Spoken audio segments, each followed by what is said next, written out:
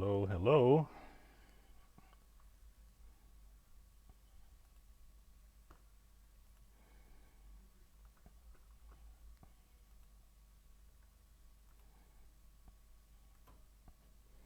How's everyone doing today? Just doing some housekeeping here, getting my stream on my iPhone so I can see who comes in. There I go.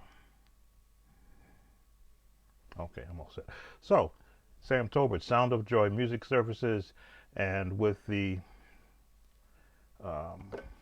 the thought came to me, why reinvent the wheel? For, I would say, from 1998 to 2016, I was hosting my own online course for church musicians.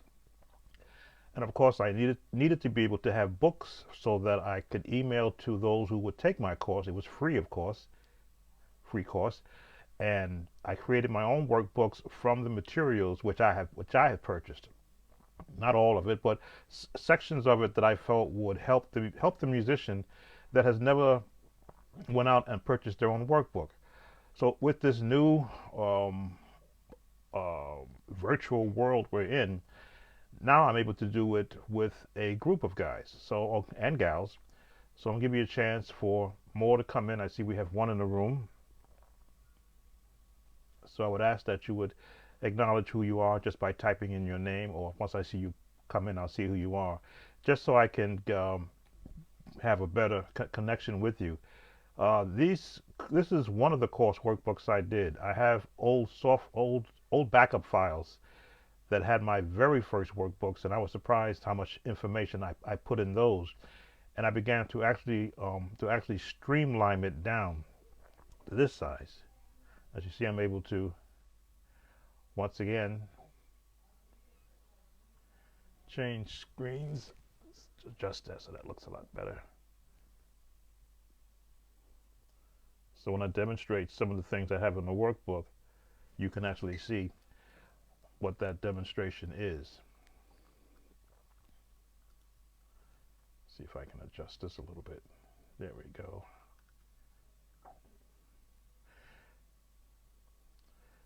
So this was my workbook for 2010, 2011. I still have the 2009 workbook on this computer, and of course the earlier workbooks from 2008 are on backup on my other files. So I was waiting to see if we can get some more in the room. Maybe I'll do some of the things that I cover in the workbook, which is that you should always start your session off by getting your hands warm up before you play. I know I was out there shoveling snow the other day, and I feel a tightness in this hand, which I haven't felt in a while. But when you're shoveling snow and pushing it around, you tend to stretch some of the ligaments. So I didn't do any playing yesterday, but still a bit tight right up in here around the knuckles. But some good exercising on the scales should sort of open that up. So we're waiting for some more to come in. I'm streaming on my page and also here in Musicians Helping Musicians. I'm sure more will join. It's only 2:14 in the afternoon here in the East Coast. But let's go back to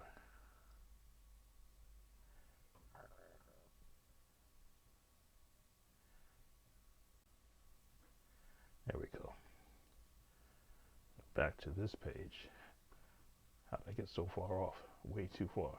Go back to the top page. Here we go. All right, we have 4 in so far. Thanks for coming in. So this is the workbook.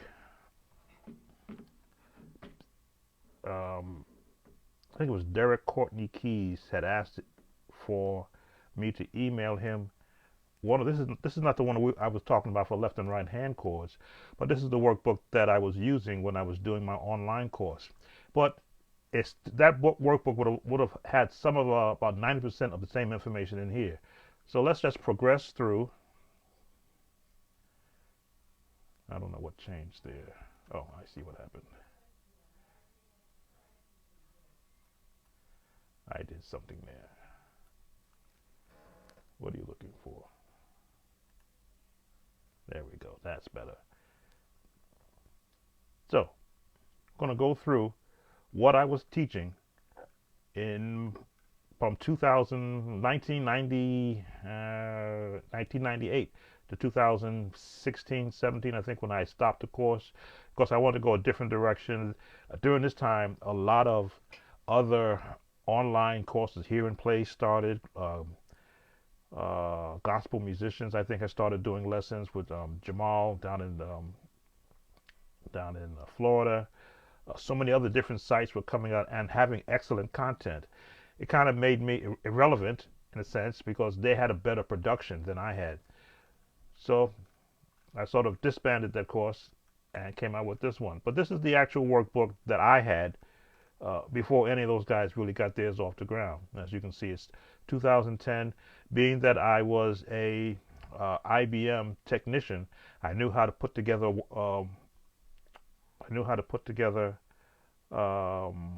Technical journals. So when I began to learn how to use Adobe, which ones was I using? Adobe Design. I knew how to design my own workbook. Didn't pay anyone. This is why it's so good that if you guys go out there and invest in yourself, invest in software, especially if it's free online, and watch how someone else puts together something, you put together your own. And I try to make it as friendly as possible. These are some links that are no longer there. I used to be on learngospelmusic.com helping musicians. And of course, these links are no longer active on my page. I no longer have samsmusiccompany.com. That site closed down years ago. And of course, this was my opening for anything we do. Psalms 101, make a joyful noise unto the Lord, serve the Lord with gladness. When you're a church musician, at least for me, Sound of Joy was the company name that came to me based on this scripture, make a joyful noise. It didn't say make a joyful sound, but make a joyful noise. Unto the Lord, serve the Lord with gladness, which means you may be serving in a church, you may be serving at a wedding, you may be serving at a conference, wherever you are. Again, I don't try to tie you down to where you're serving, but when you're using your music, go there, play, make joyful music, number one, and then serve the Lord in every way that you possibly can as a musician. Let me see who joined. Oh, where can we find the workbook? I have them still. I've always said if you would like to get a copy of it, just send me an email to my email address. I'll put that in there again, and I got no problem sending it out to you. Let me just type that in.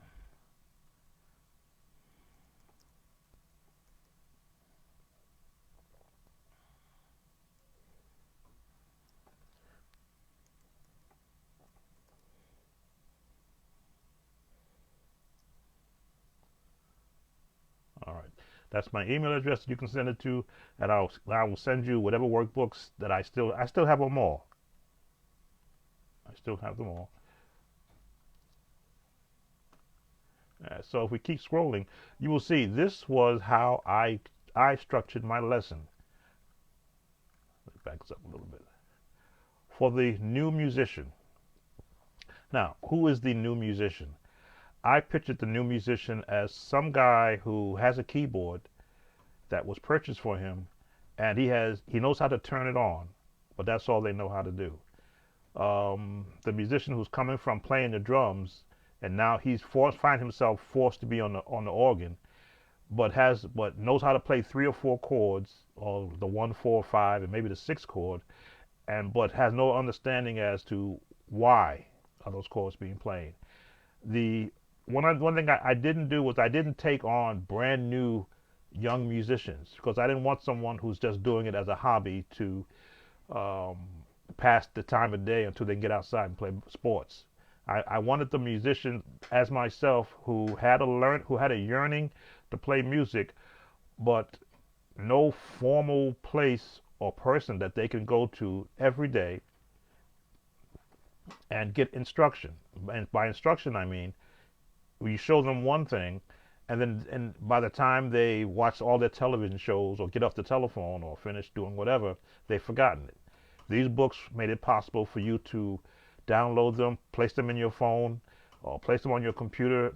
Anytime you're on a keyboard and you got a question about something, you can pull it up and look at it and review. Oh, I didn't do my prayer. Let me go back to the prayer. This was the musician's prayer. I found this on the internet. I should cover it because this is what I wanted to have the musicians always in an attitude of when they're practicing to be prayerful. Oh Lord, please bless this music that it might glorify your name. May the talent you have bestowed upon me be used only to serve you.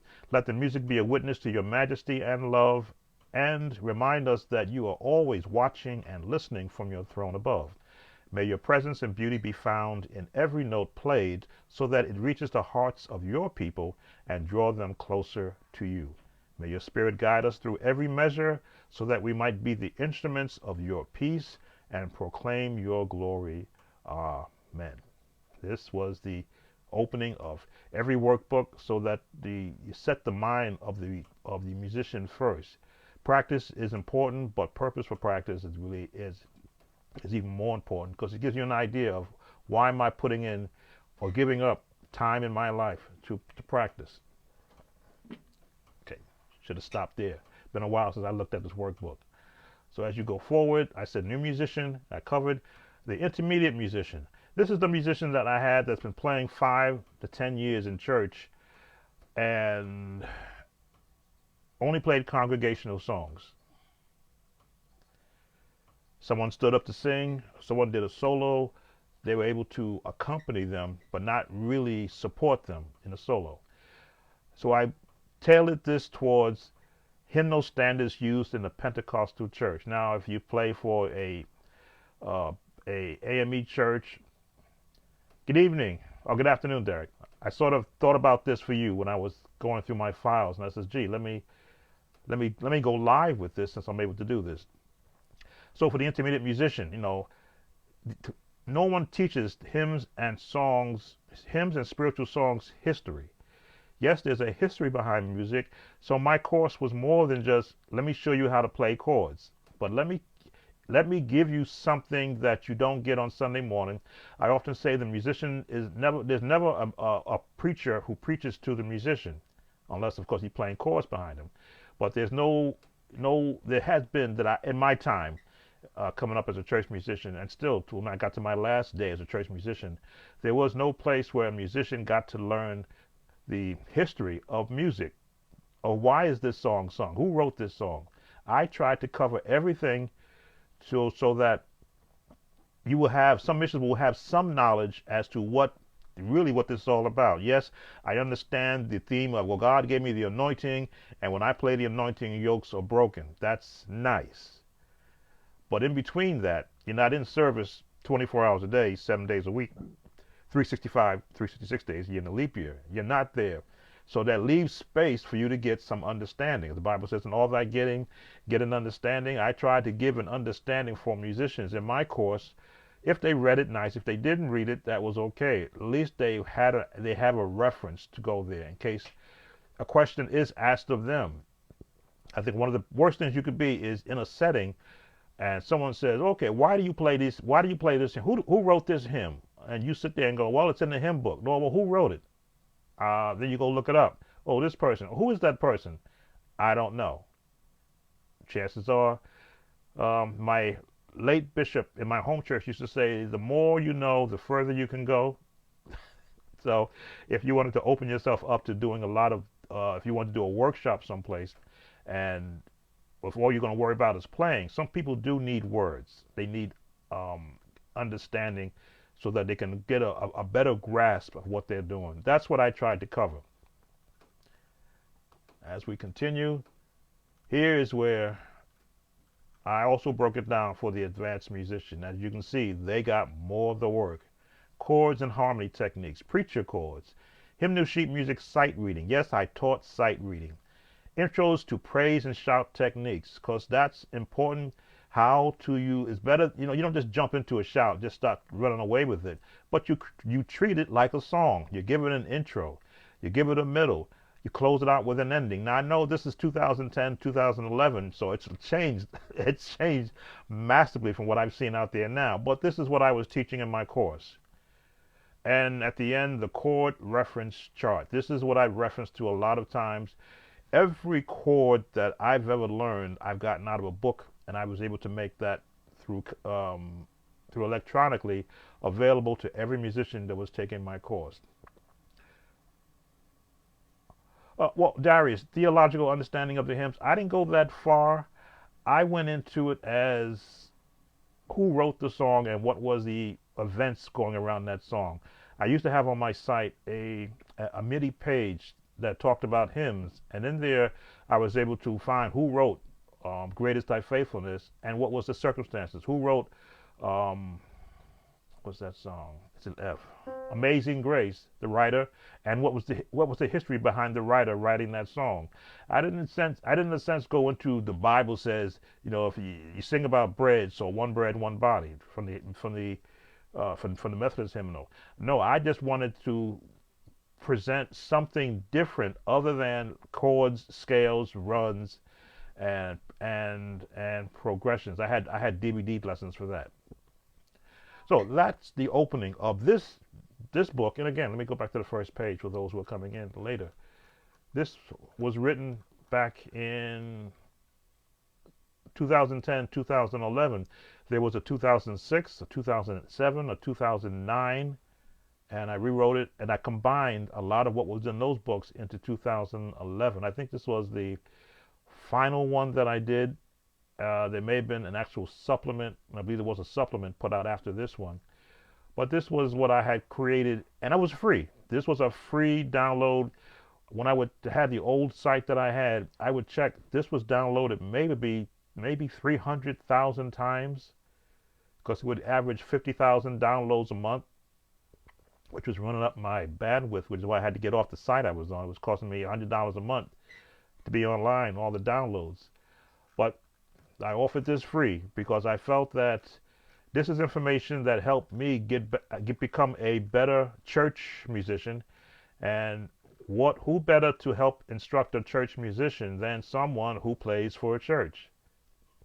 Now, if I was a jazz musician, then I would have gone to, I got jazz books here too that has the jazz scales in them and the jazz chords. I got one workbook here.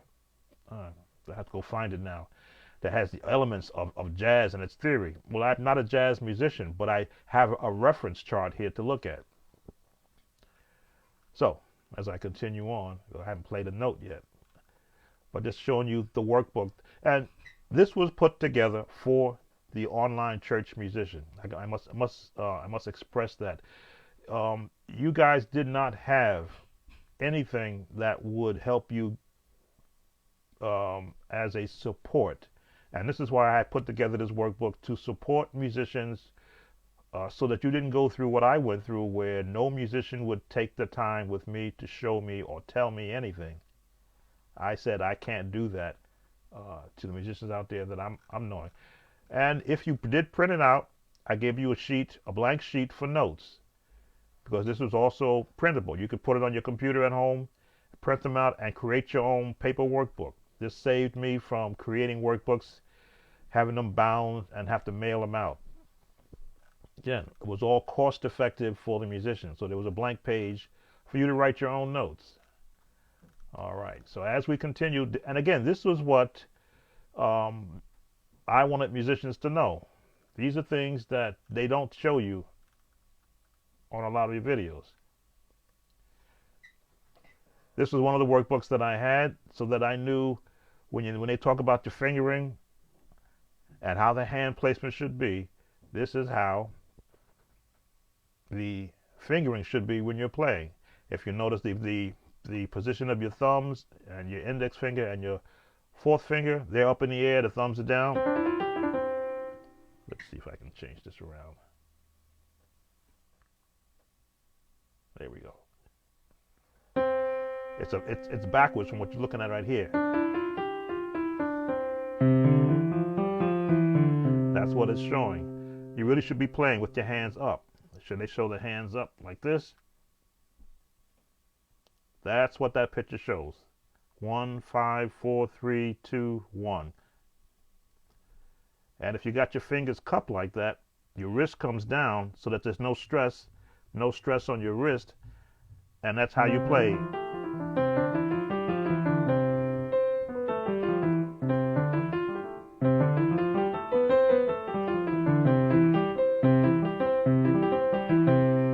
You play just like that. That helped me so that, as I say, I've been playing for over 50 years, and I've never had pain in these fingers, never had pain in my wrist. I play both piano and organ. In my workbook, I also gave you a virtual piano. So if you didn't have a piano at home, if you were a musician transferring over from being a drummer, this is what my workbook provided for you. You could still have a virtual or paper piano, if you want to say, in front of you and still learn where middle C is.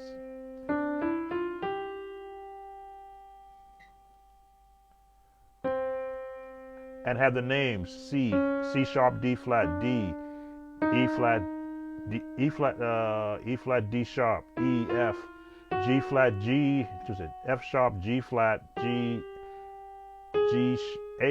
A flat, A sharp, G sharp, right? A, B flat, or A sharp, B, C.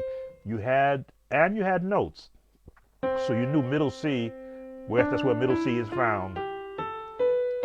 I made it as I want to say easy. It's not supposed to be easy, but to give the musician from online learning as much information that I did not get, because I wanted you to be so prepared that when you got the better keyboard. I've had Casio keyboards, and I learned how to play well on a Casio keyboard. As I increased, I think when I went from a Casio to a Korg, I wound up breaking a note on the Korg because I thought you could play that. You can do the slide across in a broken key, and I was pissed because it was a $2,500 board. So I had to increase, and I believe it was the Ensoniq KT76 I got after my Korg keyboard. The Korg I still have with a broken key on it. I'm sure the battery's already bad in it, but I know how to replace the battery, and have to go and reload all the firmware. But I still have it. You don't throw out things that you paid for. But this is the course I took. I taught rather, and I gave you a concept of how to practice. Here's the nature of my course was that if you don't know what to practice and how to practice, you can't get better. And here's what this is what I put down. These I didn't get out of a book. This is what the concept that I use. When you see me do this, because I use this concept. One of the best ways to train your fingers how to move across the keyboard is by practicing all the scales as your warm-up. And let me just bring this up a little more. We'll cover the first two right there. I gave you, in every scale, the correct fingering, 2 octaves. So if you look at the C, let's see if I should be able to move the mouse over here. Does the mouse show up? No, the mouse don't show up. Okay. So if you look at C, and you see for the right hand, 1, 2, 3. Now it starts off with 1 being your thumb, of course, because you saw let me back up to the chart. You saw in the right hand, your thumb is number 1. So when you look at these practice scales, for the right hand, thumb is number 1, 2, 3. Thumb goes underneath 4 to be number 1 on the F, and then let the fingers just finish all the way out. Playing in this with the hands, and you see my hands are like this. Technically, they should be like this, up in the air, so the thumb has the space. I put it like this. Has the space. When you're playing like this, your thumb is going to crash. But when your fingers are cupped, your thumb has the space to go underneath. When you see those guys do all those runs, it's because they've got their hands cupped when they're playing. They're not playing flat like this, where it's got no space, it's crashing. They're playing with their fingers cupped, so the thumb can go underneath and they can just run, as they say, run for days with chords. That's what this is. Cupped, underneath, finish all the way out.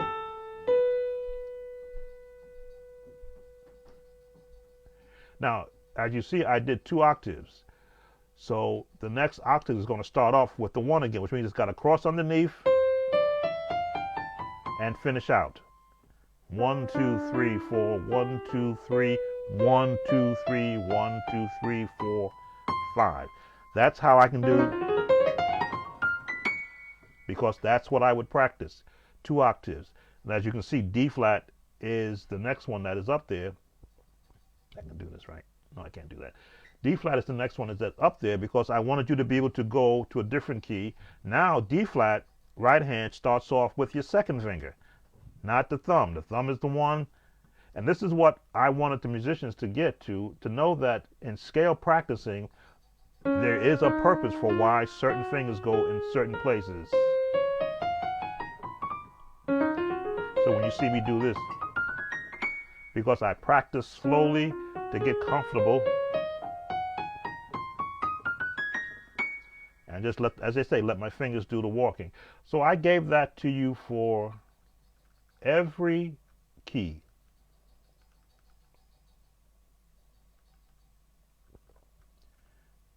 You got it in every key, because I was not going to leave musicians out in the dark. I think E flat was the fun one because it started off with the 3rd finger, which I'm saying, why won't E flat start with the 2nd finger? E flat is the 3rd finger, thumb crosses underneath, and ends with the 3rd finger. There's a reason for that, because you need to be able to have movement.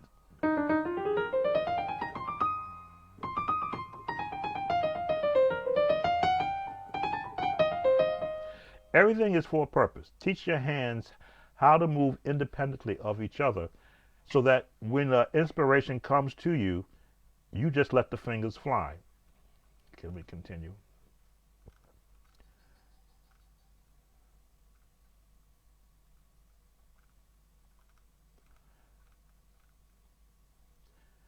And I made it like an actual exercise. What's missing? That's right, we didn't give you the scale note names. Like, use the keyboard reference above to view the notes that correspond to each fingering number. The purpose of this lesson is to train your fingers to move on the keyboard.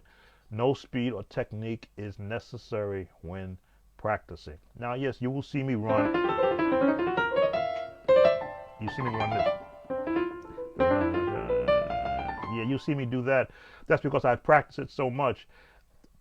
It's just like, for me, a natural quick way to warm up. But when you're in the actual learning mode, as an instructor, I'll say when I'm in instructor mode, I just want you to be able to land on the notes correctly. That's all I want. There we go. That's all I want you to do, is to land on the notes correctly. And for you to build that confidence that I've learned something, number one, I didn't have to pay for because it was freely given to me. And now I can comfortably play in another key without thinking about it because I know the scale in that key. Missed it. I'm talking.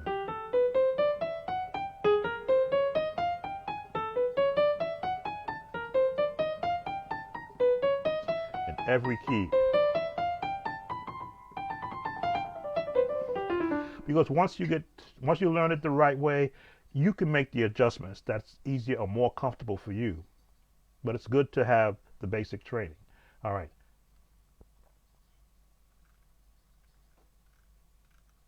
The next session in my course was minor scale practice session.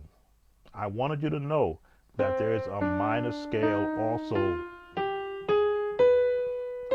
And in this one, I used the harmonic minor, not the minor scale. That's the minor scale. This is the harmonic minor scale. It makes a difference. I found out in my studies, change this. I found out in my studies of playing gospel music, this two scales are prevalent in all these songs, the major scale and the harmonic minor scale. If you played the song I Will Celebrate from um, Saints and Praise, I will celebrate, I will celebrate. Sing unto the Lord, I will sing to him a new song. I will celebrate. I will sing to him a new song. Harmonic minor scale is all over the place there on that song.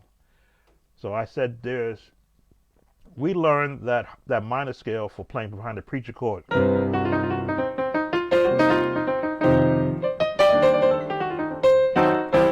But we don't know that there's more than one scale. But I gave you the one that was prevalent in church music because I wanted you, when you heard a song using that scale, you immediately said, oh, wait a minute, I know that scale. That's the one that I practiced. And I believe I gave it to you. I'm just going to check. In every key. That's right. You got it in every key because this is how I practiced. This is how I practice. This is in the workbook. Did you create the drawings? Well, first of all, welcome, Yvette. Sorry I didn't acknowledge you when you popped in. I'm supposed to be watching this on my site too. Let me go back in. Who did I miss? No, these are from the workbooks that I've purchased over the years, and I felt that I needed to be able to share what I know, because sometimes I've heard the comments, older musicians do not want to share the knowledge that they have because they're afraid that we might outplay them. And I'm like, I wish you would ask me for the knowledge that I have because I want you to outplay me. I really do. I want you guys to be better than me, to write better songs than me, to have better chord voicings than me. Some of you guys do. I was watching a young man on YouTube now. I'm kind of jealous because when he puts up a video, he's got 10,000 views in 3 days. And me, it takes 5 years to get 10,000 views on one video. But he's using a concept of chording that I don't use. So yes, I'm going to be learning from his videos too. That's why, my teachers were always the newest song coming out. Now lately here, and I'm just getting on my soapbox a little bit, here lately, all these new songs coming out don't really, I can't really feel them. There's a lot of strange basic chords in them. So anyone that's got more chords that I don't have, I'm going to learn from them. And I'll get up off of my soapbox. Rodney, I put a link in my site for my Gmail address. If you email me at soundofjoy123@gmail.com, I will send you this book for free. I don't charge for it. When I was doing it online, it was a free download. I do have an online site, but now it's not for teaching anymore. I don't teach anymore. I'm more into the content creation now. You got to grow from where you started. Now, to me, my next growth is writing songs, finding singers to place with those songs, creating them, creating video content. That's where I am right now. I don't even play for a church anymore because I want to be. I want to go beyond being the guy that plays the organ or plays the piano in church. But again, that's on my soapbox. So yes, these are workbooks that I have that I looked for those pages that will give the most pertinent information. Some may call that an Arabian sound.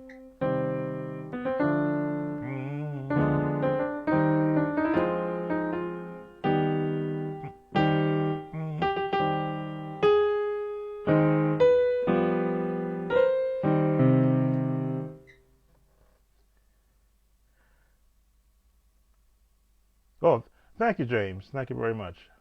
All right, so that's the harmonic minor scale, which is important because every song when you hear I want to say CCM songs, they use the minor and major scales in their songs.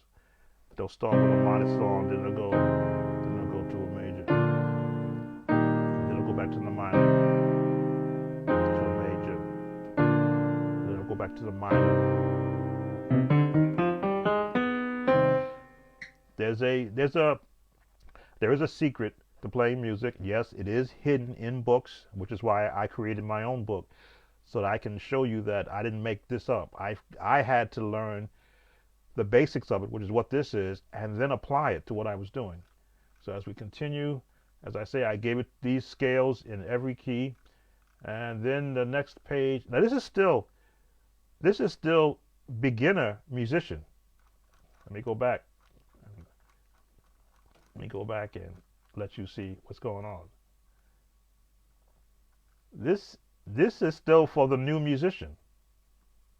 But you're saying to yourself, wow, this is stuff that they should be given to the advanced musician. No, I expect you to do this first and then go to the intermediate musician. So I would always tell people, this is not a 1 year or a 1 month course. You do this for until you got it. And once you got it, you go to the next. Because once you know what you're doing,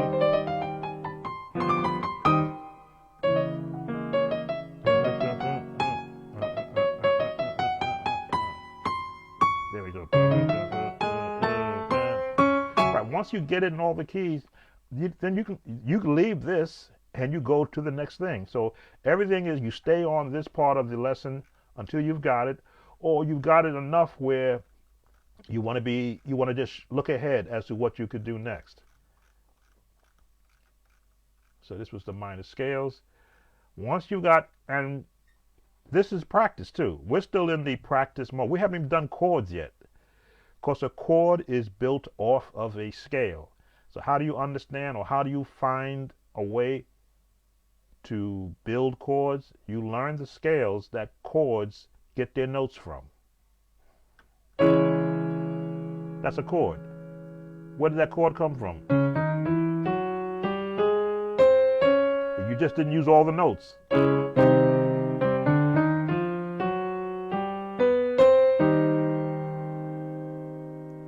A chord is a broken scale.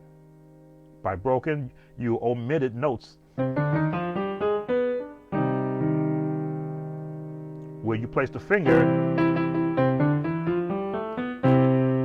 gives it that sound, whatever note that you change. We started getting up here.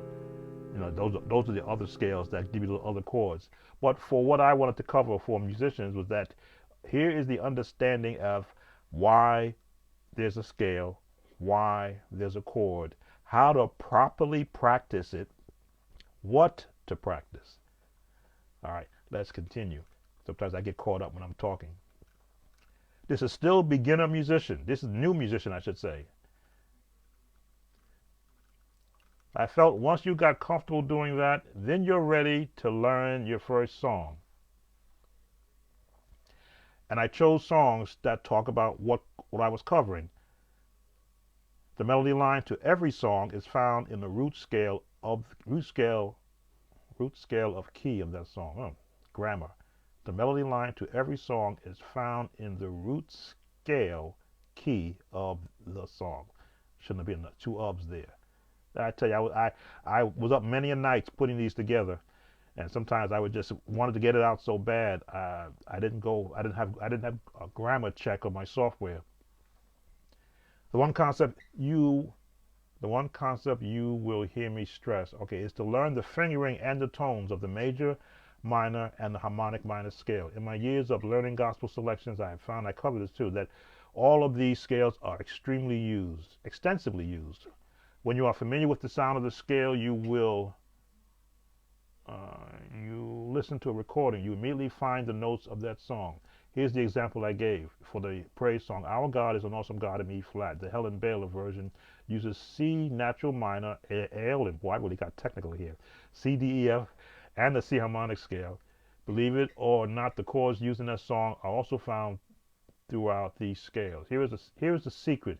E flat major scale is the same as the C natural minor scale if you start from the sixth note of the E flat. Yes, this is a secret that a lot of people don't understand. If you can play E flat scale, you can play a C minor scale. Same note. It's where you start. me slow that down. Here is the E flat major scale.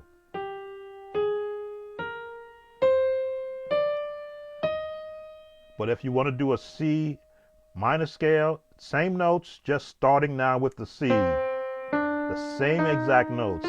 Same notes.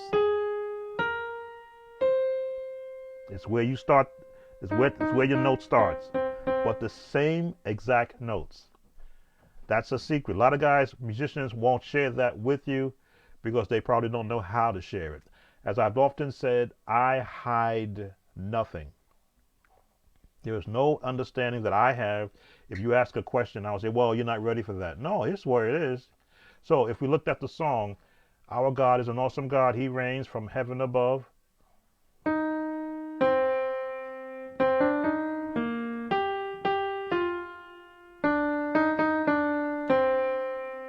I gave you that melody in the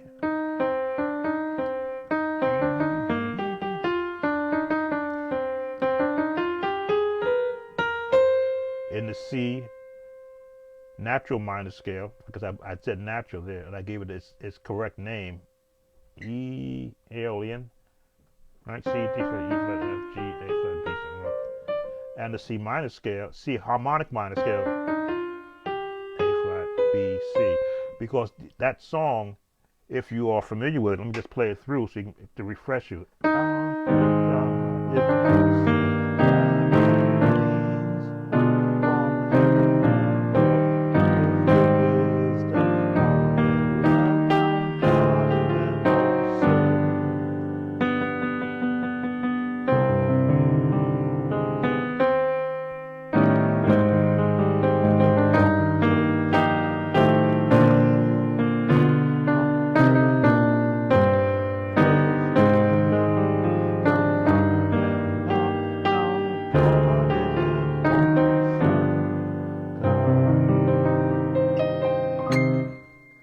Found within two scales, and because C and E flat are cousins. Why? Because they use the same notes, depending upon where your first note or where the melody is going to go. They are cousin. I call them cousin chords because they're using virtually the same notes in different scale tones.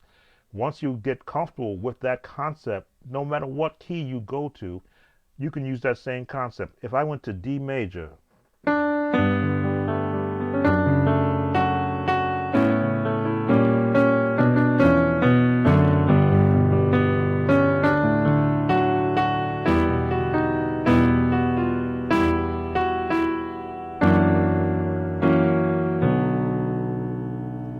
so now E, C, D, and B major are now cousins. B major scale, no, E major scale. But the B minor scale,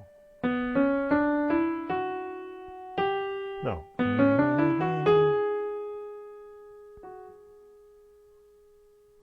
There we go. I had to look at it. Are actually cousins. So as you change songs, or what they call transpose songs, you look to see what's relative to the major scale, the minor scale, whichever one the song is in, where its cousin chord is for a sound or for a tone. Because you've practiced it, you now become more comfortable learning in it. Let's see. I know I write a lot here. What chords did I give you there? G. Yeah.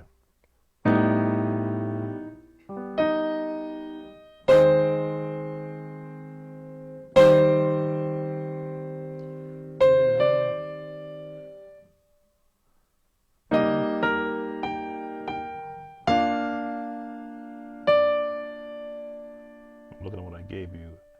D, F.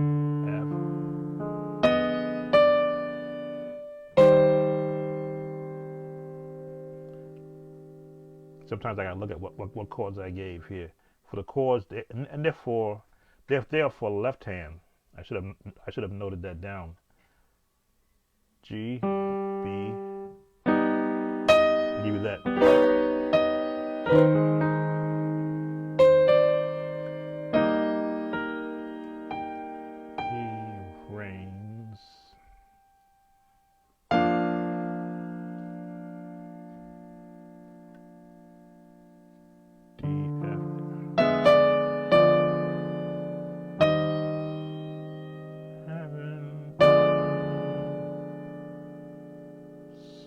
flat G, C, E flat G.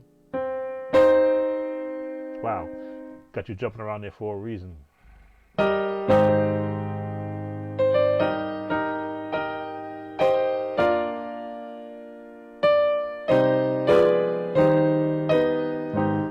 Maybe I meant that for right hand.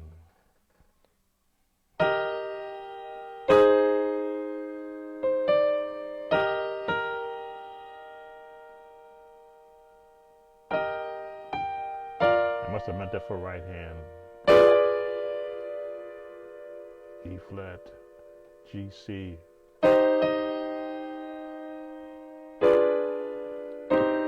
No, I must have meant that for right hand. Again, I haven't really reviewed these books thoroughly as I should. Let's see what I wrote. I always try to give an understanding to what I'm doing. Compare the notes in the room for understanding. You will find the chord structures better than before. I've been 30 years. I play 45 now. There are 11 basic scales.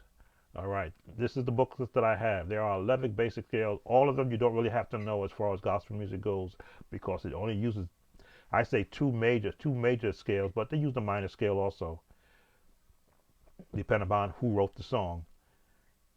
These scales are made up the runs you've been hearing to do. Life Play Churches. We're only covering the scales instead of related to hymnal, gospel, and praise songs for this course. Okay, what's a course? You can do internet search for more information about scales. Or make my scale to search captures. The third, fifth note to play to have done your scale. Okay, information. Information is always good. And then, of course, it was a course. I made you practice. I made you use your head, not just rely on what I wrote or what you saw me do. If I was well, back then, yeah, I think I did have video lessons back then.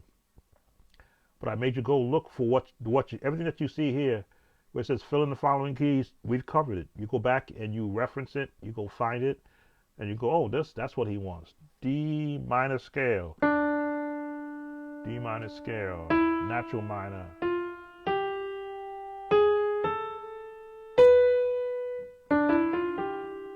Which I said is also the same as a, what did I say? It's the minor. There's the natural minor.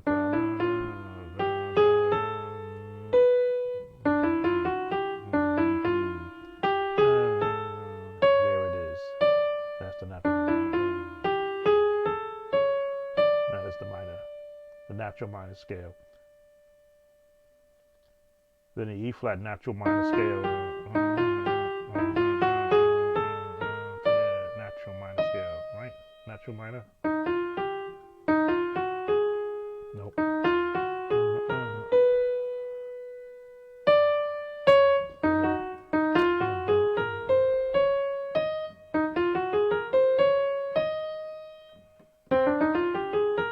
Right, that's the natural minor scale. They have a different sound. When I get it wrong, I hear it wrong. Then I realize that, oh, that is not the correct way it goes. It's two notes that change, and when I don't hear it, I know I'm playing it wrong. But that was part of this is the course that I was giving up for free on the internet. And then I gave you some chord changes that were used in what we just covered. Again, this is all in the workbook. Let's see who else joined. Andre Wilkins. Thanks for coming in.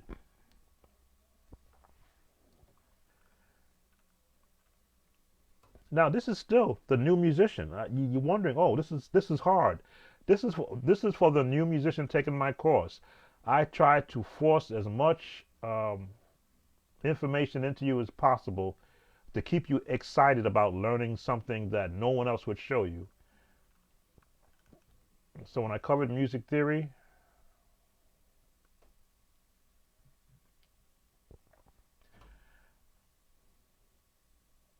I got whatever I could get out of an actual book and give you that too, so that, and again, as I said, this is, let me change my view here. This wasn't so that you could become a classical musician. This is information that no other musician anywhere would share with you. And now, nothing against hearandplay.com. They put together perhaps the most prominent workbook course book, 300 pages of information. None of this information I have came from that workbook. I actually did become an actual affiliate with Hear and Play and sponsored their workbook on my site because he had so much information in there that I could never even touch. But for the musician that couldn't afford the $170 workbook that they were selling at that time, I said, I have information that will get them comfortable with playing in the church where they are right now. This is the musician that, the regular musician just left, and somebody points them to the keyboard and says, "You're now the new musician." And besides shaking in their boots and having that moment, they're like, "Well, how do I? What? I don't know how. How do I do this? How do I make this chord sound?" I often heard guys would post, "How do you play by ear?" Well, you play by ear badly. I just put it like that. I was a by the ear player until I got the books that taught my ear what it should hear and what it shouldn't hear, what to omit, what not to omit. If I couldn't find the right chord, not to fake it and just put any chord into place, but through the workbook, which is what I call this is a workbook, which means you don't just go through it and throw it away, but it's a reference. You go back to it. If you're learning a song and you say, you know what, I can't pick up those chords, let me go back to the workbook and see what I'm missing. And you go back through these exercises, and then you hear what a practice should be. When you go to attack that song again, your ear is now better prepared, and your hands are better prepared to find that note to be able to play that song. Now, can you play James Hall songs off of this? You'll be a lot comfortable tackling it than not knowing it at all. Even I struggle with some of the James Hall stuff because my good friend John Peters plays like a madman. I don't try to play behind a madman. I just let him play, and I enjoy it. But when it comes to the crust of a song, what are the voices doing? What is the bass doing? What are the basic chords to support the song? This course taught you how to decipher that. Even the songs that are now being played today, this might be a little more than you need because they're really getting on my soapbox. They really brought down they took out the majesty of a creation of a song and made it so that anybody could play it and anybody could sing it with 4 or 5 chords. Again, they're getting 53 million views with that. So who am I to complain? As we keep going, you will see I've got information in music theory on the right, on the left side of the page. On the right side, this is where I'm going to move me out of the way.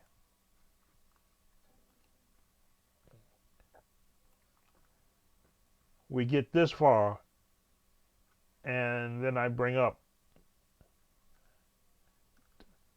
let me see, to the right. Okay. If you look at it, what it says, and I read along with you, on the right side, this is your reference information to the scale fingering chart from the previous pages. Practice playing each of these scales in 2 octaves using the proper fingering at the beginning of your practice time. I would like you to post a YouTube video clip, which no one did, because I wanted to know whether or not the information I was sharing was getting across, and if it wasn't, I would have changed it to make it more palatable for the musician. I'll set to my site so that I may hear the way your techniques. I can't tell if what I'm instructing you in is helping you if I can't hear you do it. Now that we have live FaceTime, not FaceTime Live, we have YouTube Live. It's a lot easier now to like what I'm doing right now to be able to share. We didn't have that back then. Nothing fancy. I want to see if you are applying the proper fingering techniques. It should be I'm teaching you. Again, I should have really ran a grammar check through this. If you have a keyboard with a metronome, start your practice at tempo at 50 beats per minute. Now, there's no metronome on the board I have here, but that's a good practice technique to be able to, I think this is 50 beats per minute. Let's see. I should be able to pull up a drum beat with a 50 beat per minute metronome on it. Let's see. What's a good one to use? Rock Stereo Kit. Let's try that, and let's see if we can get this down to 50 beats per minute.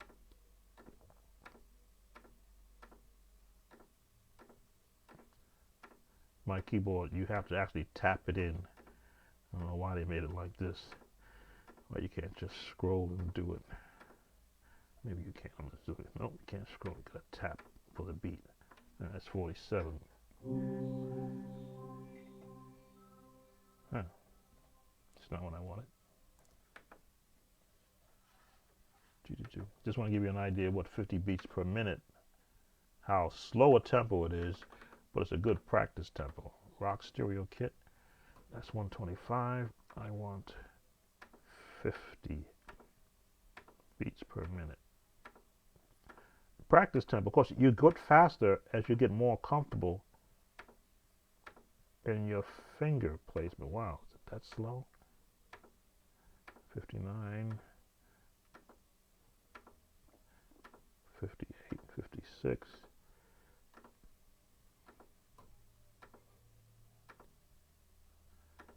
Just give me a 50, 53.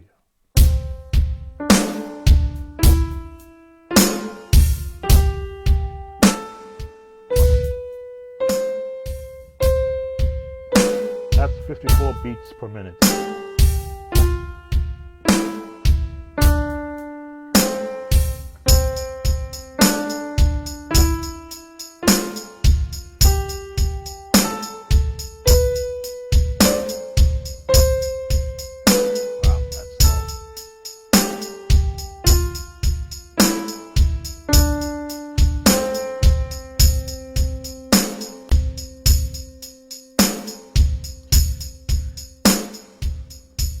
That's slow. But the idea is to get your hands knowing how to fall in place for 2 octaves.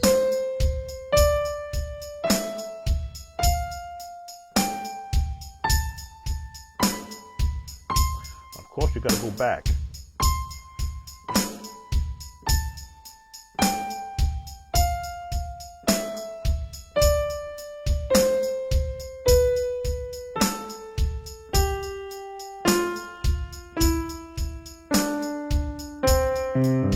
On both hands.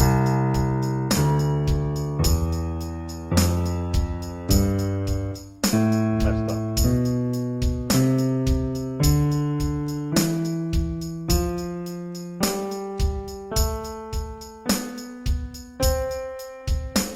Now that is boring, but you speed it up as you get it.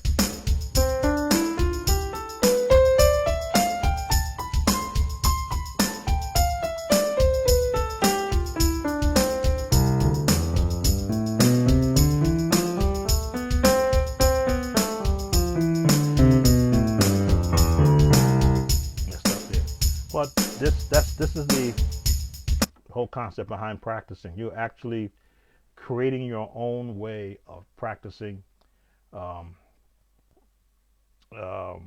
techniques, so that as you get better at doing it, you become more fluent at doing it. I know this might be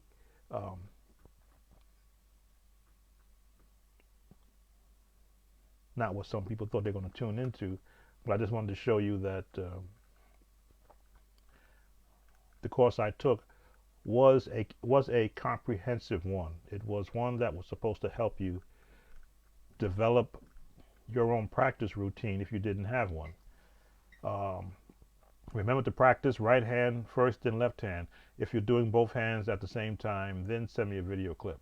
Oh, if you're daring, yes. I'm not sure if you're seeing these words expanded like I've got them here.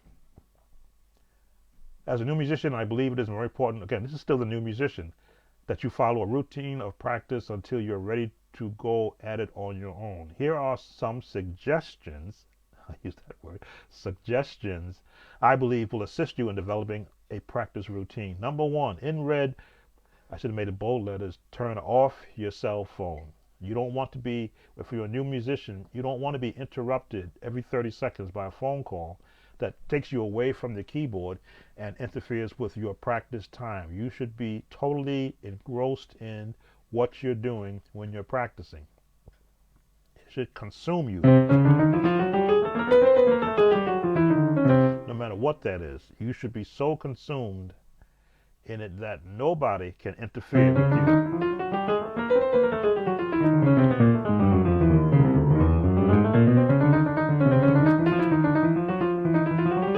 Whatever it is.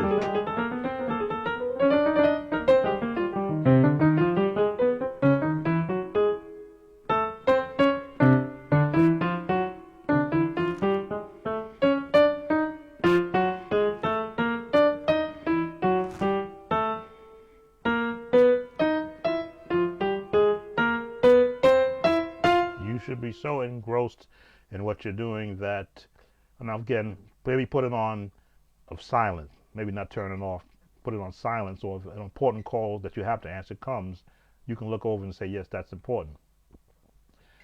Start with scale finger in every key, duration 5 to 10 minutes. Do not spend an hour doing this. Don't do that for an hour. 5 to 10 minutes, and you should be able to get to every key in 5 to 10 minutes.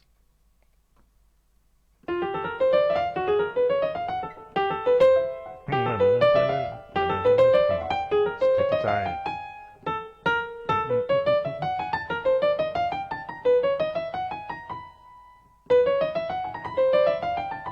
Yeah, okay. Practice your triad inversions in every key, which we didn't cover yet. Those are chords, which I told you, chord is a broken scale. Practice chord progressions, transitions for 10 minutes. We didn't cover that. That's coming. Take a break. And by take a break, I mean take a break, because this can be time consuming on you. If you are not a water drinker, become one, because you can become dehydrated by just practicing. I do more talking now than I've done my entire life. Let's see who came in. Welcome, Andre. If I missed anyone, Rodney, if I missed you, I'm sorry. Alonzo, hope you're still here. Darius, I think we caught you. And Roger. Some have left, but that's okay. This will stay up on the site. This is the course that I taught. Oops, I always do that. Course I taught on the internet for free for church musicians or whoever found my website and wanted to get an idea of how to play gospel, how to play for a church if you just got thrown into the fire, as they said, and without a fire extinguisher. This gives you a background and a foundation in which to build from. As I say, and I always express this, I'm not trying to turn you into another Sam Talbert, but I want to give you more information than I ever received as a young musician so that you can become greater than me. But you can't be great without an understanding. As I say, how can we hear without a preacher? How can he preach except he be sent? And as well, how can he go preach if he had never learned how to read the Bible and interpret Scripture correctly, or how to pronounce the words in the Bible? Everybody has to be taught somewhere. You just can't be free willy-nilly. Here I'm getting on my soapbox again. Free willy-nilly. As some musicians say, I wait for the anointing to come, and then the anointing makes the difference. I'm saying, well, fine. What difference does it make if you can't understand if you don't know what you're doing? Off my soapbox and back to my lessons. So, and yes, number 8. Well, where is that? Number 5. Number 6, practice the melody line with left-hand chords to a familiar song. I suggest a hymn you like or a praise song. I would always say that if you are currently active and you're playing and you're a new musician, there's some song you do know. Find a hymn that is sung every Sunday. I think I Surrender All may be what every church sings. Take the name of, not take the name of Jesus. What is that opening? So this is the day that the Lord has made. I think at this time they were also singing I Love the Lord Today.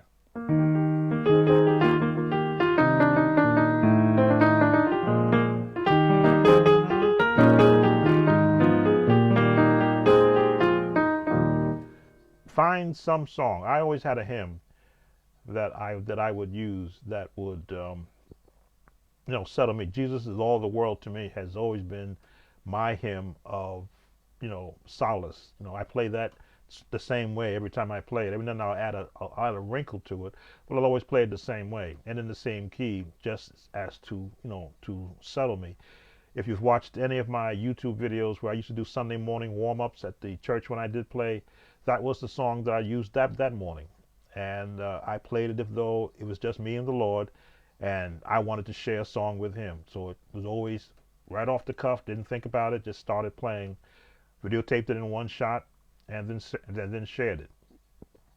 Okay, on to number 7. Now that you have warmed up, you can tackle more advanced practice. So everything that I've covered so far, that's the warm-up. That is to get your head right, number 1, your ears right, number 2, your fingers right, number 3, and then when you start to play, you hear it correctly, you're thinking about what you're hearing, and you're practicing. Your hands are now being taught how to play what you hear. Again, I would always do this exercise. I should be able to not look at the keyboard and know where C is. B flat high, B flat low, B low, B high, F low, F middle, F a little lower, F higher, and just be able to go right to it. A flat, D flat, B, D, A, what haven't I been? B flat, right? G flat.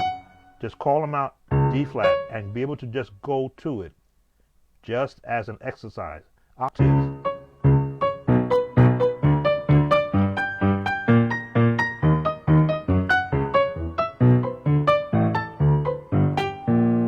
Now the left hand is leading.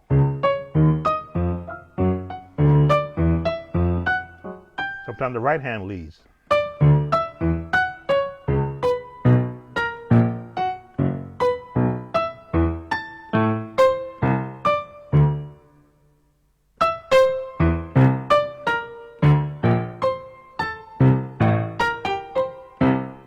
If you ever played the game Simon, where you would hear those tones and you had to duplicate them, that's what I would practice before they came out with that game. Can I hear a tone and duplicate it on my either hand?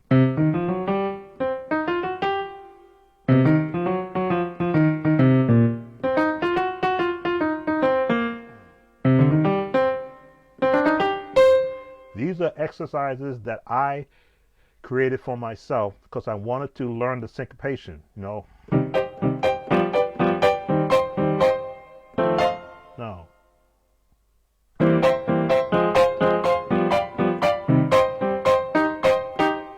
I knew what change I wanted, and I wanted to hear that change. Change is found in the harmonic minor scale. All right, let's continue on. Work on your preacher chords. That's covered in here also. My basic preacher chord format. Let me see who else joins. I don't want to miss out on anyone. Okay, no more else to join. Select 3 congregational songs normally sang, left out normally, at your church. Play them in the key they sing them in, using the technique practiced in this course. So whatever you've learned in this course, scales, the different harmonic scales,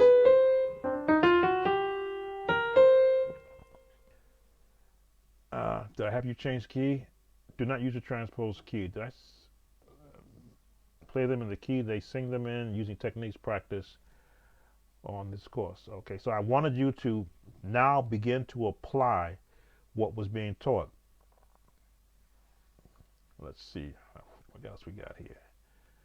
If you play for a choir praise team, begin practicing the songs they will sing at the next service. Okay. Take another break, answer your cell phone, and update your Facebook. Okay, yes, I wanted you not to become socially unavailable. But once your practice time is all done, then it's okay to go and say hi to someone that maybe was trying to look for you. But the whole concept of my course was to get you prepared, the best prepared as possible.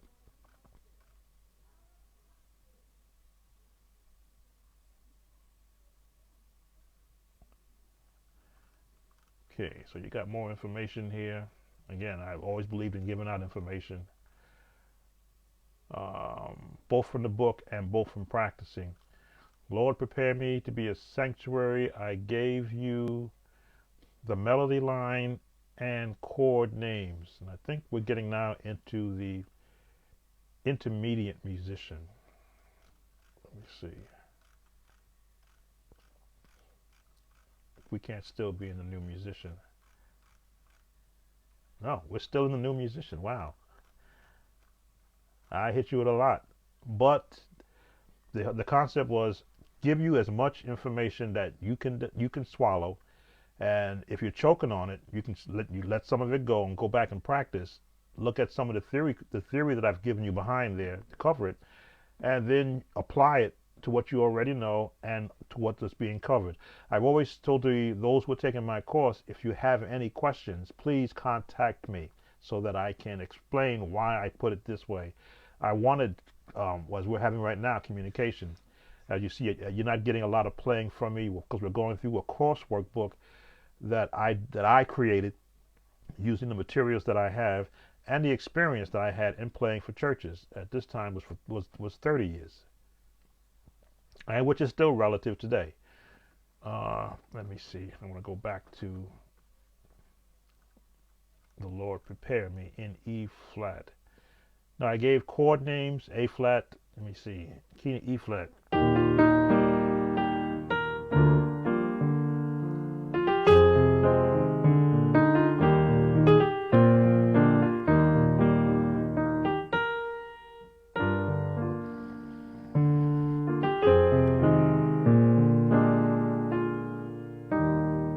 An entire melody. So as I had said earlier, practice a song that you know, so that you begin to apply what these chords are. If you didn't have a song, I gave you one. Lord, prepare me to be a sanctuary, pure and holy, tried and true. With thanksgiving, I'll be a living sanctuary for you. So if you didn't have a song, I gave you one.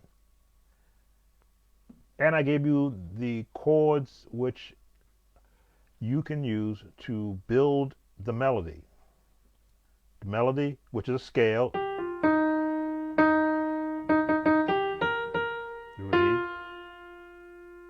In fact, the way you see it broken out right now, I still teach. I do Skype lessons with people who have contracted me to teach them. I use this same concept for the song they're learning. I give them the melody, I give them the right hand and left hand chords, and I give them a bass that they can practice on so they can feel the whole concept of the song that they want to learn. Because just giving you a part of it, just giving you the chord, so what they give you,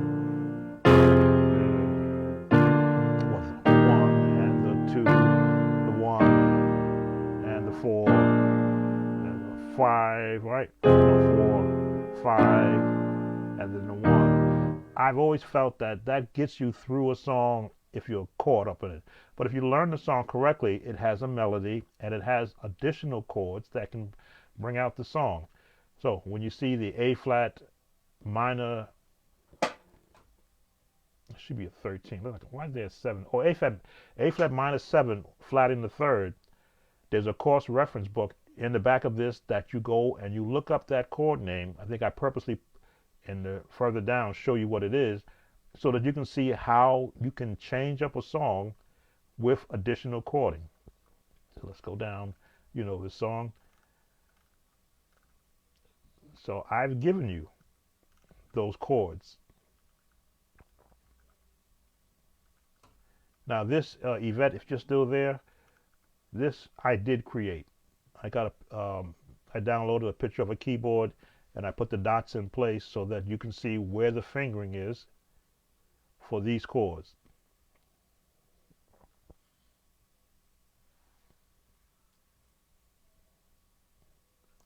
E flat 9 second inversion. A flat minor 7th, flat the 3rd. The B flat 9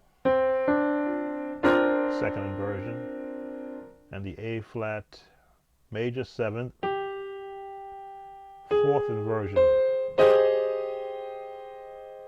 because I wanted you, as musicians, to investigate the myriad, the how many chords out there that are not tied to a 1, a 4, a 5, or a 6. There are so many out there, and I found out this by going through a chord book. Again, this is still the new musician. This is not even the intermediate musician. Let me move me out of the way.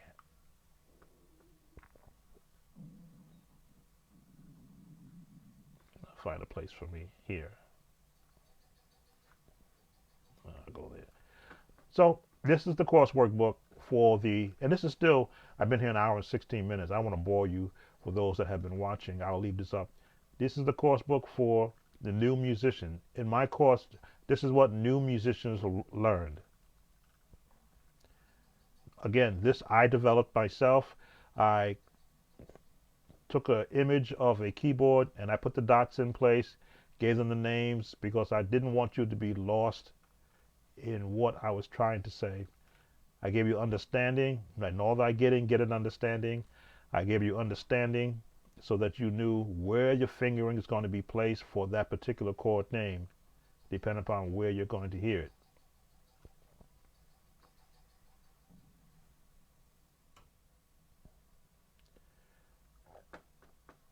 Let me just go back a little bit for where it says.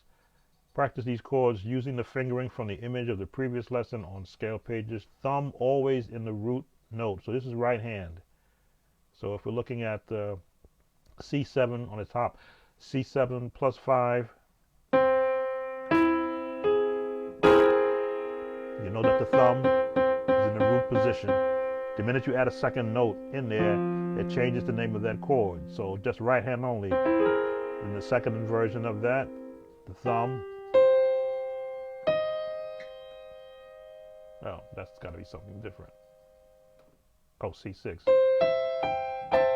There we go. That top one, it's got to be something else. Let's see, what was that supposed to be?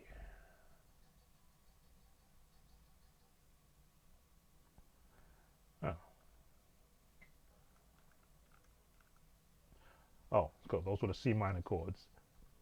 I was wondering why I didn't go across, I went down. There we go.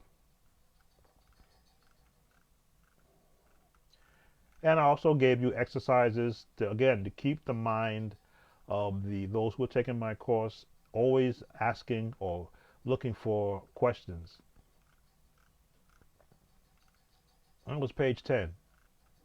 This is still new musician. And I give you, oh, how I love Jesus. How do I do this?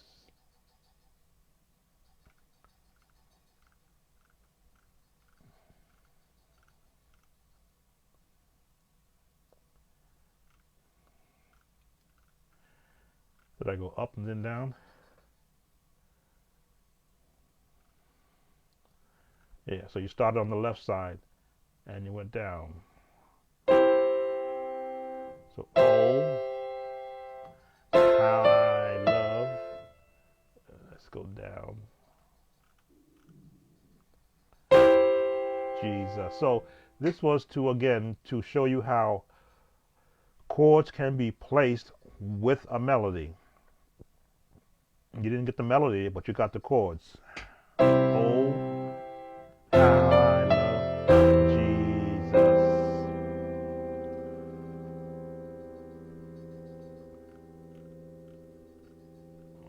Where'd I go to the next one?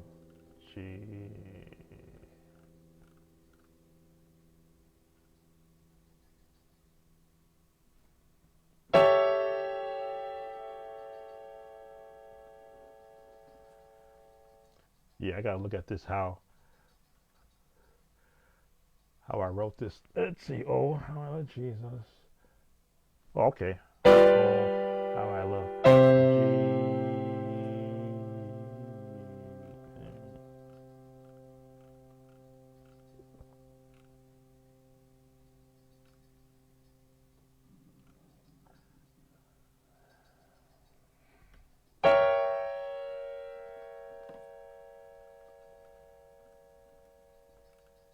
Oh,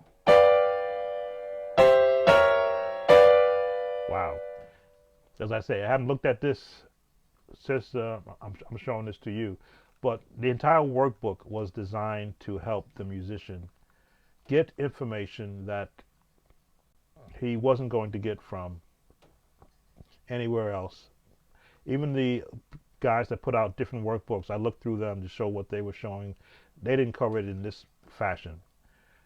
So that was the last for the new musicians. I think I might just give it a close here and stop all my talking, because there was a lot that was covered just in that part of the workbook. The intermediate musician comes in now.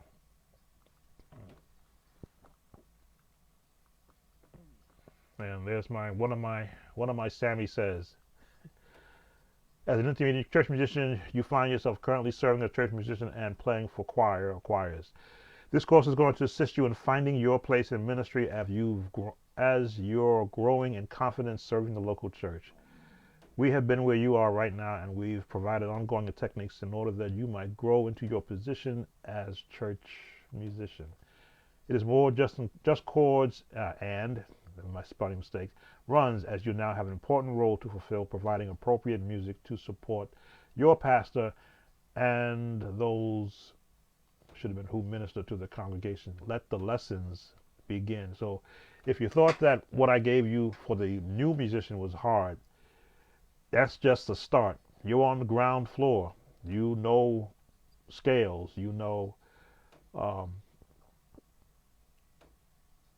traditional basic songs, how to apply basic chords to them.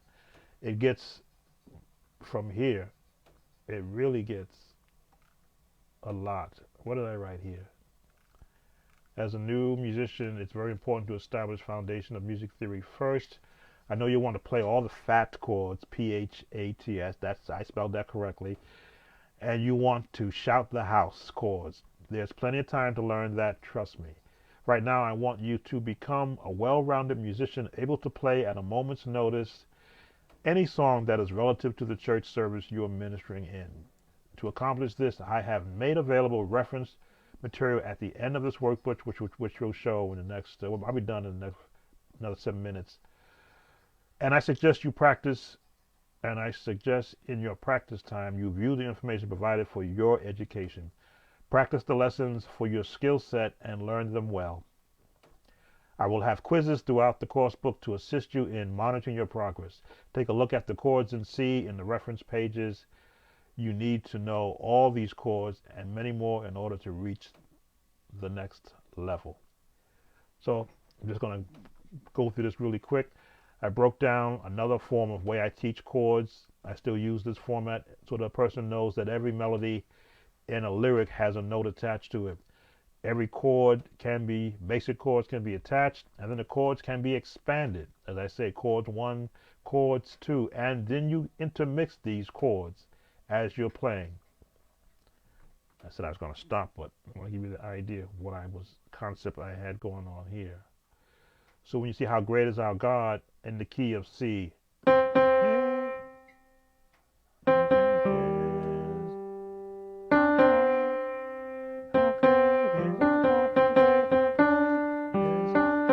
this is just an exercise. That's the melody line. This, what, 3 notes? G, G, C. Just 3 notes. Chords.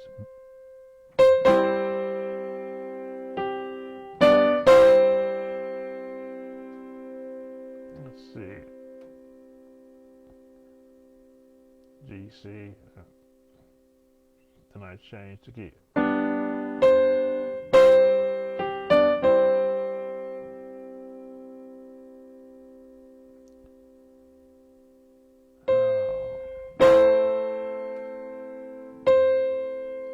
A, B, D. A, B, D. A, B, D. Wow, what did I do there?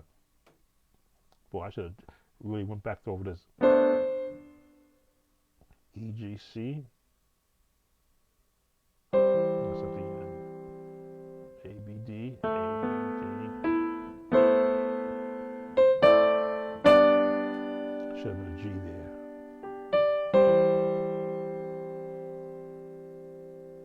And I'll give you bass notes also.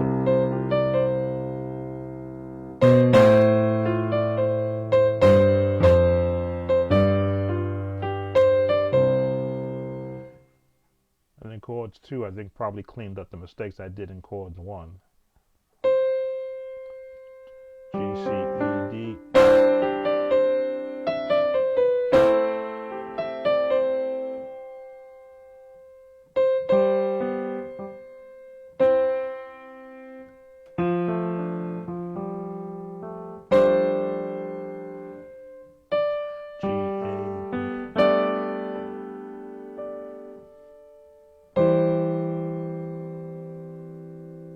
Boy, yeah, I probably have to find this and fix that.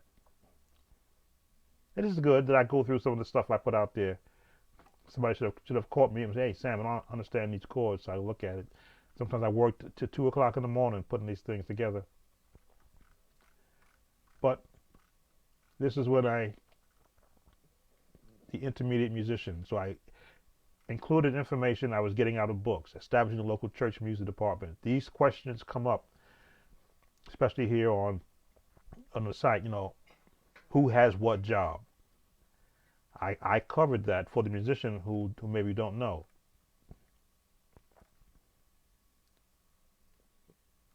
You and your group, why do we need a minister of music or music director? When do we need a choir president? What is their responsibility? This is just information. It can be different wherever you are, but sometimes a lot of these questions come up and everybody throws in their opinion based on their experience. I found a book that sort of talked to what, how can you put these together?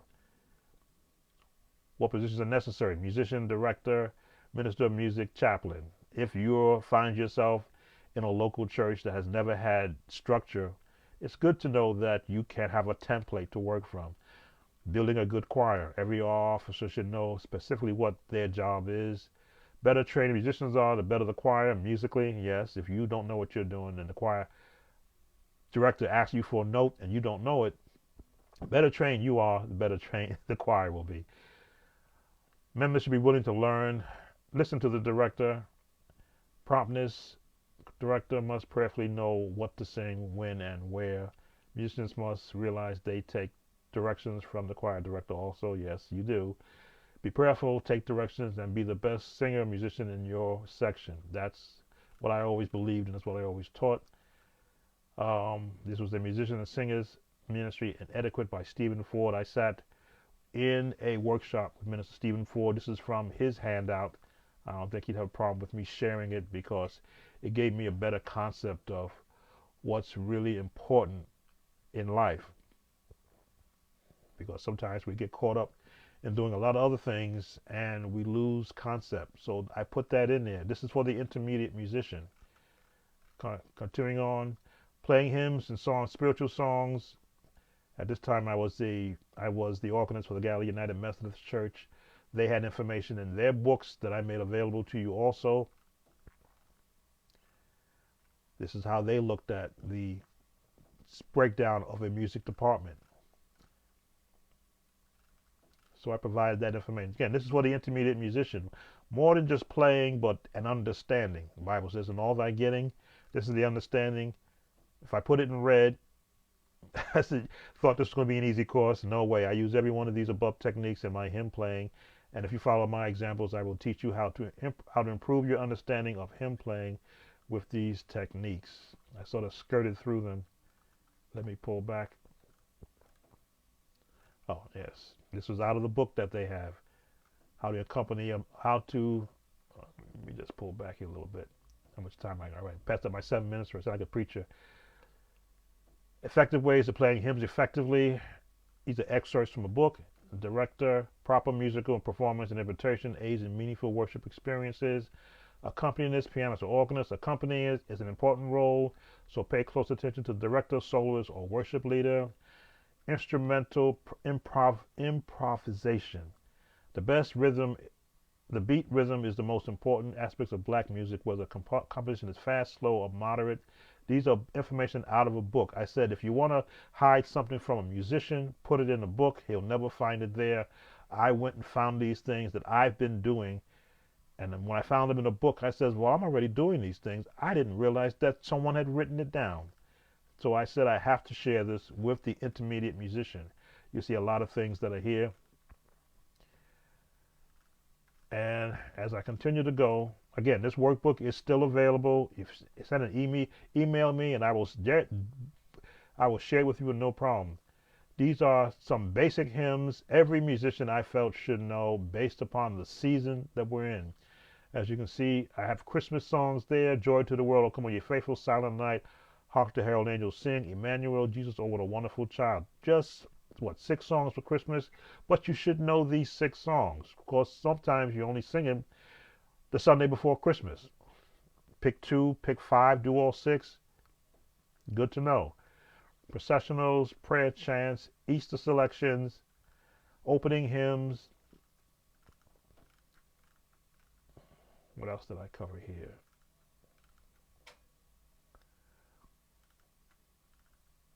Some testimony songs. And there are many, many more. But these are the lists I feel are standards that every musician should know. For the intermediate musician, I wanted you to learn sight reading, to see that the notes that are associated with the scales on a sheet music make a difference. So if you're learning a hymn, be it for the first time or you were given one to learn, when you know how to associate a note with a fingering, you can learn to play that song. Basic sight reading. I try to cover everything, and I put again in every key, so no matter what key that hymn might be in. Wait, did I do every key?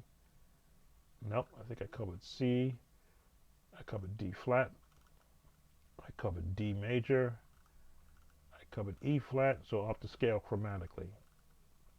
Okay. All right. This is just an ad page I had back then when I was pushing products. That's no longer being done, so we can scroll through that. Advanced musicians. And this is where all of you guys are at here. You say, well, that was for the beginning and intermediate. Now this is where you learn what I do and how I do it and what I use. And I did it for keyboard. And as you've seen in my past videos, I had the B4 software way back in 2010 also. So I took advantage of what I could do in capturing screenshots just to show you. I had a section there for the Hammond organ players so that they weren't left out. You know, sometimes you do keyboard all the time. The organ players feel, oh, you don't care about organ players. No, I played the Hammond organ since I was 13. And I am well versed in not only how to play it, but how to repair it. Because, as I said, you heard me say in the past, my father is a Hammond organ certified Hammond organ technician. He repaired all the organs in all the churches that were damaged by musicians who got caught up in the spirit and forgot that the instrument is it's an electronic equipment that can be damaged if you get too happy on it. So I'm well versed in replacing foot pedals, the entire manual, broken keys, scanner motors, Leslie amplifiers, rebuilding them, having the cones reconed in the Leslie speakers that were blown out, changing the tweeter motor. Well versed in all of that. Not that I want to do it anymore, but I'm well versed in it. So I incorporated some drawbar settings that can be used.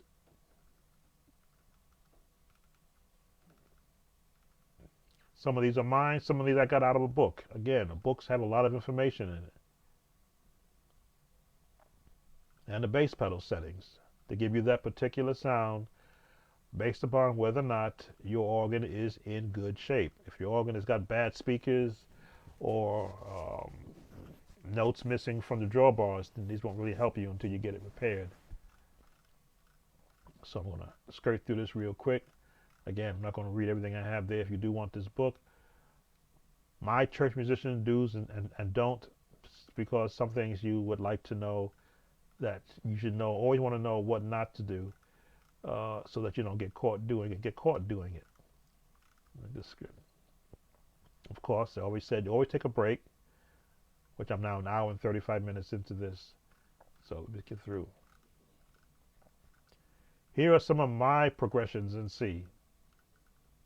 Again, if you want, I'm not going to go through it. I've been here longer than I thought I would be, but I wanted to show you that I didn't leave out musicians, didn't leave out every musician when I was teaching my course. These are chord progressions I use. Always an assignment there. This was my preacher chords page. I actually taught how a generic way of how to play behind a preacher if you're brand new and have never done it before. Yes, you can watch the videos, but to be able to have a format or template that says, okay, how do I play behind a preacher? I was a Church of God in Christ musician for 25 years, so playing behind a preacher was not foreign to me. Everyone is different, but from the basic one, this is what I gave you in my lesson to get you, as they say, on the ship so that you're not left out. And here's how I looked at it. A burst pattern, talked about earlier. Short, long, short, long, short, long, short. Short, long, short, long, short, long, short. Depending upon who's preaching. Short, long, short, long, short, long, short. Depending upon the preacher. Why? Because you're playing in between him talking. So if he's talking, taking a breath, talking, stops, short, long, short, which means you pick out of that basic pattern which one you're going to use. That's what I taught. And then I gave you some YouTube references. I'm not sure if these are still there, of preachers preaching without music so that you can practice behind them. And then my basic preaching chord variations, which I just covered here. In every key. As I said, I hid nothing.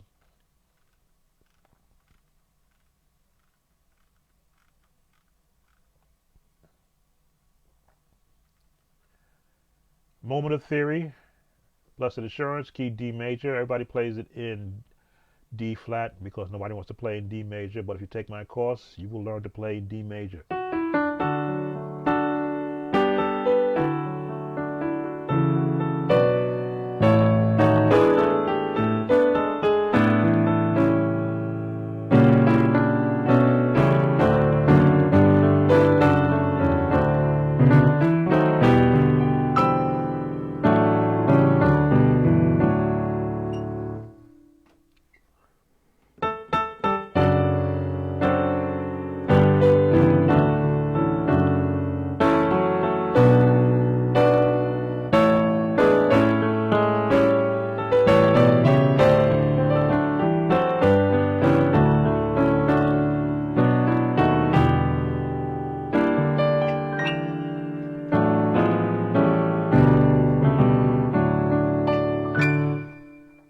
Yes, I expect you to learn it in D major and also play it in whatever key was comfortable for the congregation. That's all part of this.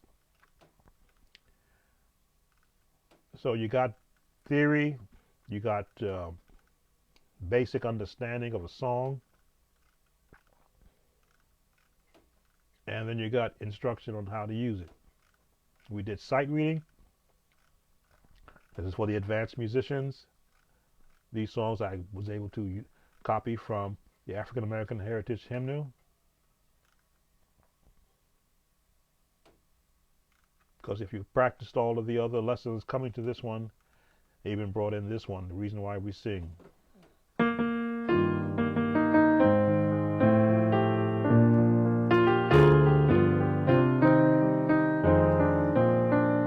those chords I'm using are the ones that we've already covered.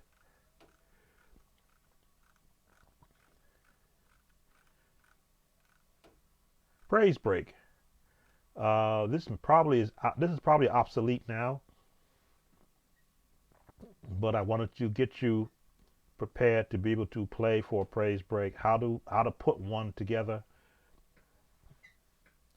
We have 4 in the room right now. I want to see who else joined. Oh, my sister's watching. Hi, Evelyn. I wanted to get the musicians prepared for whatever may happen in a service. Let's see. Runners is caught between a rock and a hard place when it's time to praise the Lord with a dance and shout. They fall back on basic standard runs and loud chords and repeat themselves and maybe change key once. I've always held the opinion when the praise starts, it should follow the pattern of a song: intro, verse, chorus, vamp, then ending. Here's our first lesson on building a praise shout. In the musician key, A flat. That's the musician's key.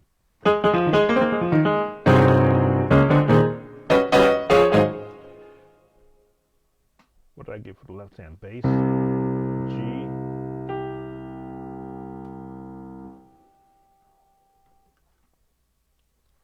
Why did I go to G, B, C, F? G, B, C, F. Right hand, C, A flat, F.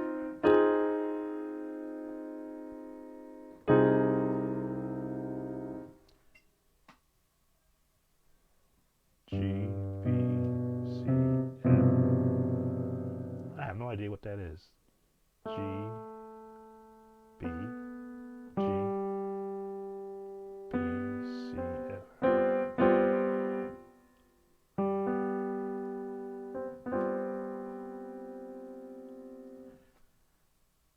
Run pattern. E flat, D,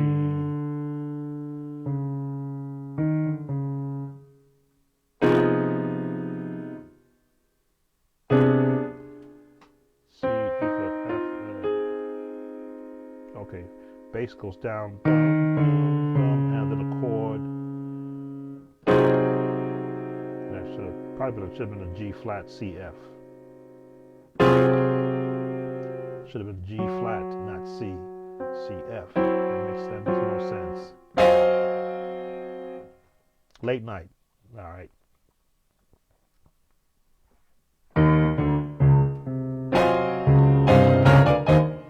That's probably what I had there.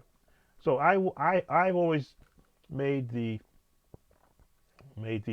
shout chord an actual song.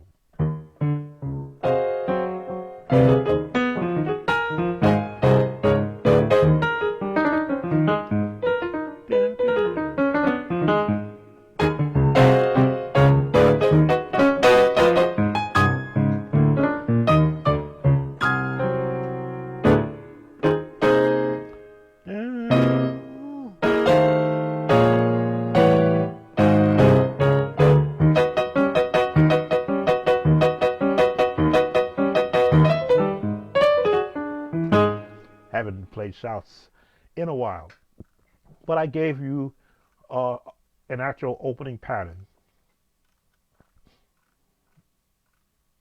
The bass runs, scales.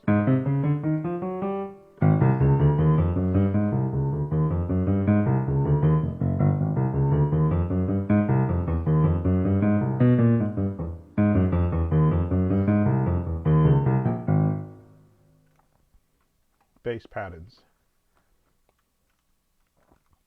for the shouts, of course, and of course that revolve around it. Again, it's probably not used today. Here's the biggest part of this, and yes, I will be ending in the next 5 minutes. The chord reference charts. This is where, when you see me play a chord, you want to know, did I make it up? No. Let's pull this down. Following pages are some of the traditional chords used in gospel music. The chords are for reference purposes only. We will refer to the chords throughout this course. We encourage you to practice these chords and learn the inversions. So if you want to know every chord I play, how do I hear it before I play it, this is where I got them all from. basic first.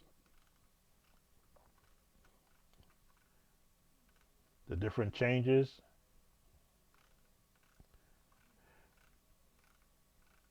The advanced chords. And this is just the key of C. More advanced chords. The key of C. More advanced chords. And once we got past that, we go to D flat. Same concept. Basic chords. Your basic chords that you hear me play all the time. Then we go to the advanced chords. And more advanced chords. More advanced chords. And once we leave that, we go to the next key. What happens is, as you learn all of these chords in every key, and as I tell you, every chord has a relative. C has a relative of A. D has a relative of B. E has a relative, believe it or not, of C. Relative chords. You can find scale notes and chords that can be used in those keys. So when you see me go,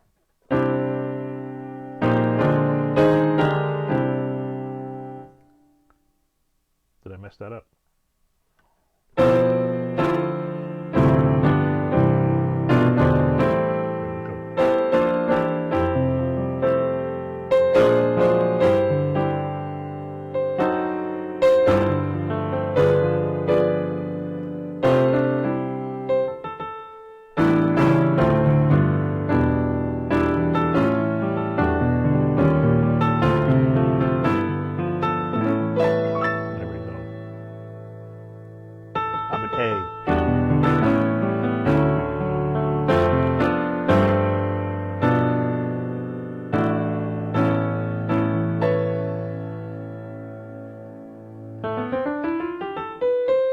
Those chords that are in here in C are also relative to A. Why? Because they're all in the white note family. It's just what chords you have to apply, which are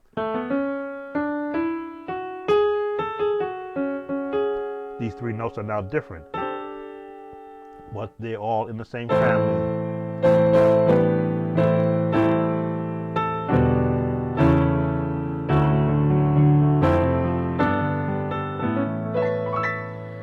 Once you get a good scale background underneath you, these chords will begin to make more sense. As I say, the E flat major scale is the C minor scale.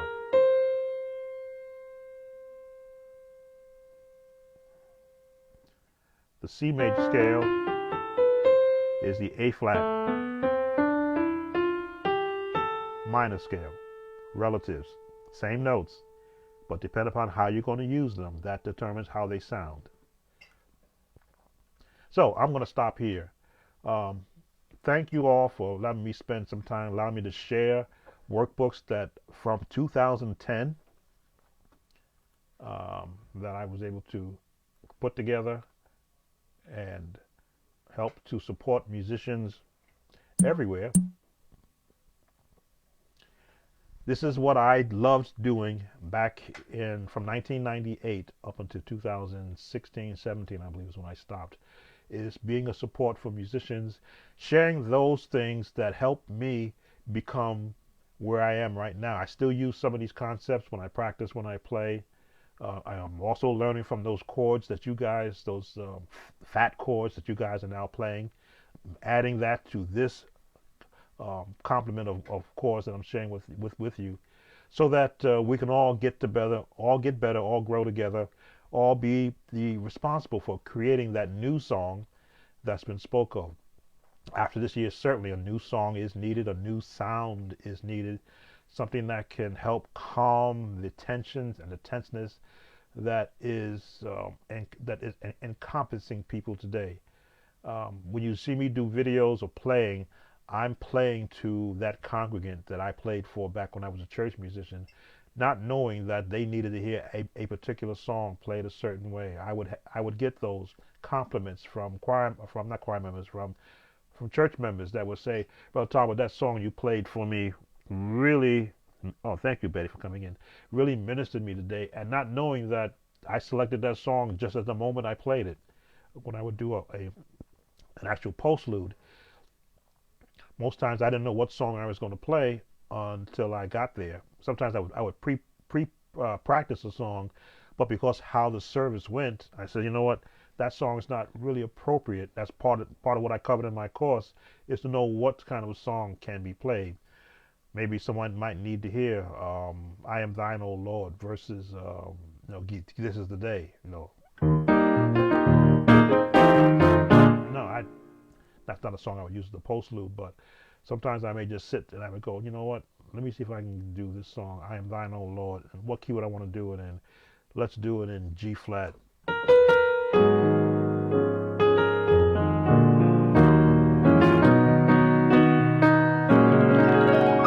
Just roll.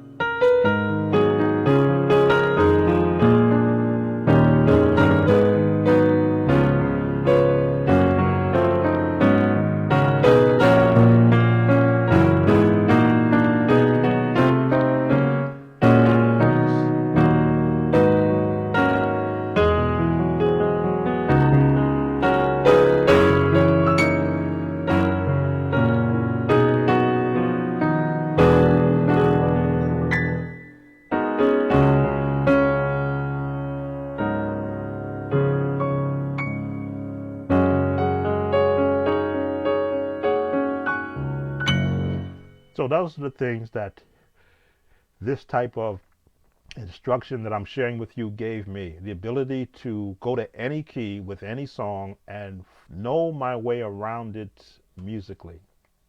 Hope I've shared something that will intrigue your minds, that will have you to go, hey, Mr. Talbot, Brother Sam. One person called me Professor Sam. No, I don't deserve that title.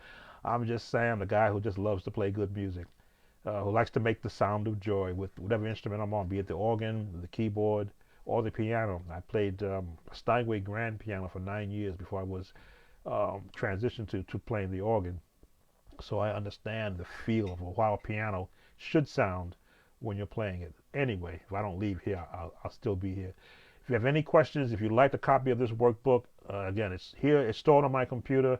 I will share whatever I have with you, because I want you to get better. And then please, honor me by posting a video of you practicing, or how you were able to apply whatever it is I'm sharing to your music. I want you to get better, not sound like me, but be the best you possibly could. Sam Tolbert, Sound of Joy Music Services, stmusician.com. Check us out. Thanks for spending an afternoon with me, a couple of hours.